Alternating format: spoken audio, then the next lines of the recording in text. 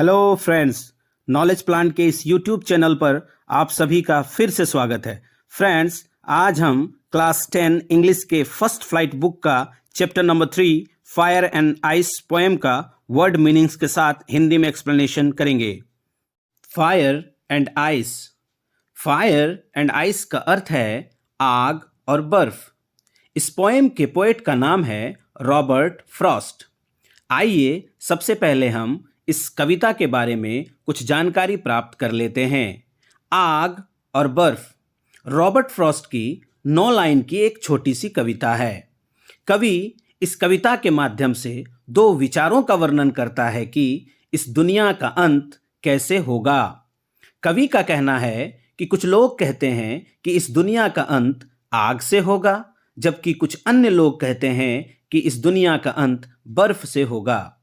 कवि के द्वारा इस कविता में दो शब्दों का प्रयोग किया गया है, आग और बर्फ। कवि के अनुसार आग का अर्थ है इच्छा यानी के डिजायर, लोभ या लालच यानी के ग्रीड, हवस या वासना यानी के लस्ट, और बर्फ का अर्थ है घृणा यानी कि हेट। तो आइए अब हम इस पोएम को लाइन बाय लाइन एक्सप्लेन करते हैं, फिर हम इस पोएम का समरी यानी सारांश को भी समझेंगे कि कवि इस कविता के माध्यम से हमें क्या बताना चाह रहा है। तो चलिए एक्सप्लेन करते हैं।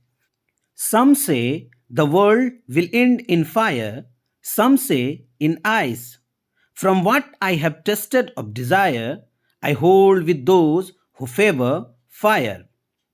Some say the world will end in fire, some say in ice. कवि ये कहना चाहता है कि कुछ लोग कहते हैं कि इस संसार का अंत आग से होगा, वहीं कुछ लोग कहते हैं कि इस दुनिया का अंत बर्फ से होगा। From what I have tested of desire, test लेना मतलब स्वाद लेना, लेकिन यहाँ पर टेस्ट लेने का मतलब होता है अनुभव लेना, और डिजायर, डिजायर का मतलब होता है इच्छा। From what I have tasted of desire, I hold with those who favour fire. Hold मतलब होता है पकड़ना या साथ खड़ा होना, और फेवर, फेवर का मतलब होता है पक्ष में। ठीक है, तो वही कवि यहाँ कहना चाह रहा है कि जहाँ तक मैंने इच्छा का अनुभव किया है, उसके आधार पर मैं उन लोगों के साथ में हूं, उन लोगों के साथ खड़ा हूं जो किसके पक्ष में है, आग के पक्ष में है, यानी जो लोग कहते हैं कि इस दुनिया का अंत आग से होगा। But if it had to perish twice, perish का मतलब होता है नष्ट होना, ट्वाइस का मतलब होता है दोबारा।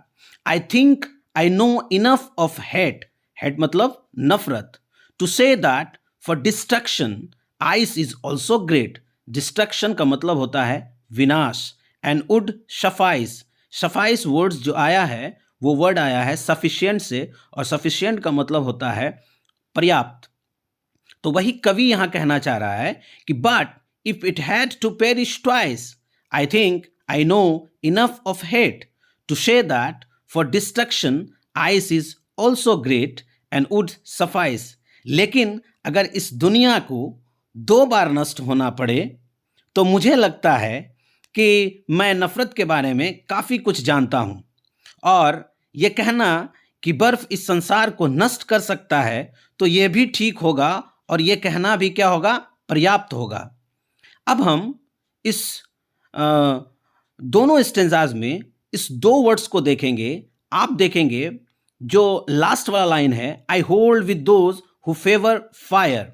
कवि ने यहाँ पर आग की जो तुलना की है वो किससे की है, डिजायर से की है, यानी इच्छा से की है।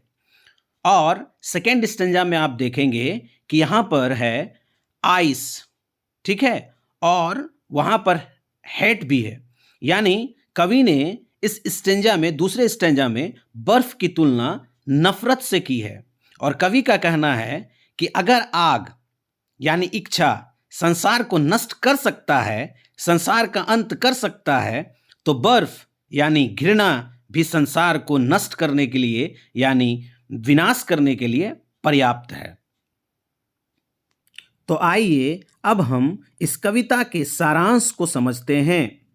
इस कविता में कवि ने संसार के अंत होने के दो कारणों का वर्णन किया है। पहला इच्छा और दूसरा घृणा। कवि ने इस कविता में दो और शब्दों का प्रयोग किया है जो है आग और बर्फ।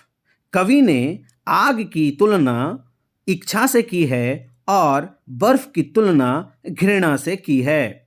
कवि का मानना है कि इच्छा और घृणा ये दोनों इतने तेजी से फैलते हैं कि संसार का अंत करने में इन्हें जरा सा भी समय नहीं लगेगा।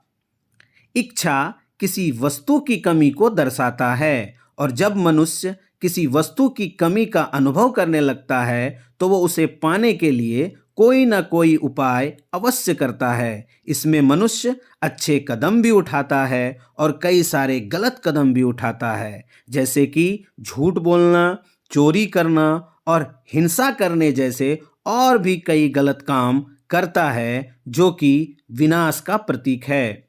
वहीं दूसरी ओर घृणा किसी व्यक्ति या वस्तु को नापसंद करने का परिणाम है।